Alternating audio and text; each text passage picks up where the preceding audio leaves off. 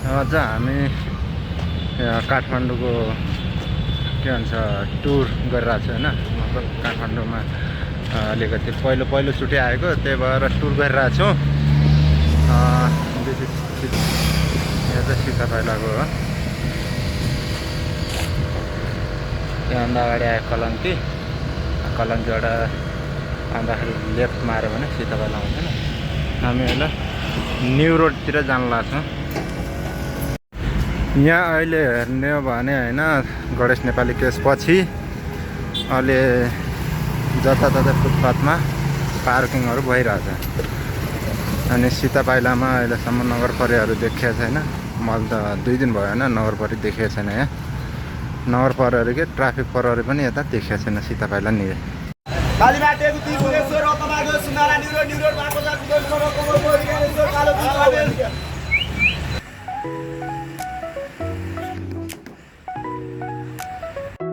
यो चाहिँ काठमाडौँको फुटपाथ है, हेर्न सक्नुहुन्छ कति क्लिन अनि सफा छ है। यहाँ पहिला विरोध गर्दै फुटपाथ व्यापारीहरूलाई हटाउँदा अहिले चाहिँ एकदम मान्छेहरू सजिलोसँग आवाजात गरिरहेका छन्। धेरै धेरै धन्यवाद बालेनलाई।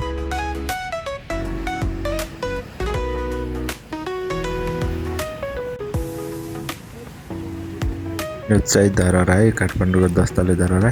यहाँ तपाईँहरू घुम्न सक्नुहुन्छ र सँगै काठमाडौँ मल पनि छ, यहाँ तपाईँहरू गएर सपिङ गर्न सक्नुहुन्छ।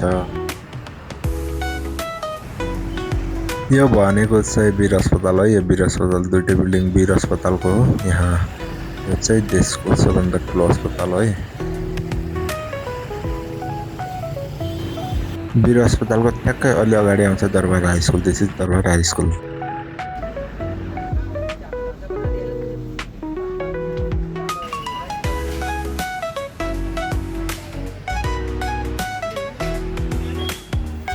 अहिले हामी बागबजारमा छौँ। बागबजारमा हेर्ने हो भने पुरै कन्सल्टेन्सीहरू छ, जताततै हेर्ने हो भने कन्सल्टेन्सी। अनि यता बजार हेर्ने हो भने खालि बुक बजार मात्रै छ क्या, लाइब्रेरीहरू छ। किनभने यहाँ कन्सल्टेन्सीहरू धेरै छ र बुक किन्नेहरू धेरै आउँछन् स्टुडेन्टहरू।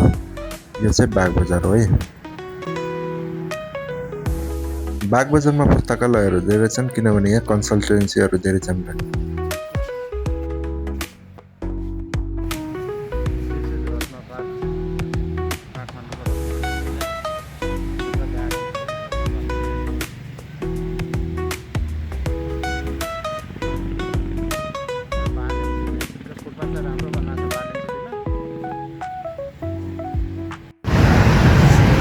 भिरकुटी मण्डप बजारको यो माथिबाट पाल हालेर यत्रो ठुलो बजार लागेको छ। यता पालको तले पुरै बजार छ।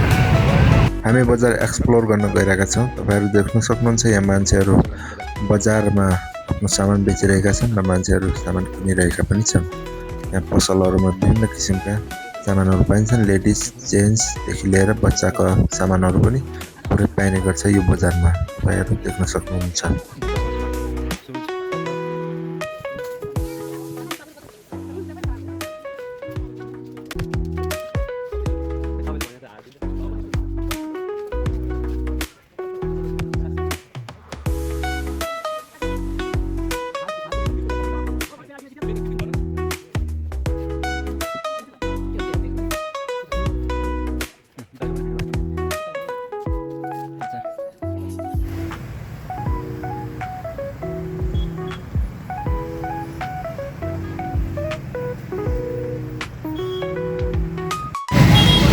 यो चाहिँ नेपाल आर्मीको जङ्गी अड्डा कार्यालय ठ्याक्क भिरकुटी मण्डपमा छ यो होइन। यो चाहिँ शहीद गेट हो जो जङ्गी अड्डाको अगाडि छ है।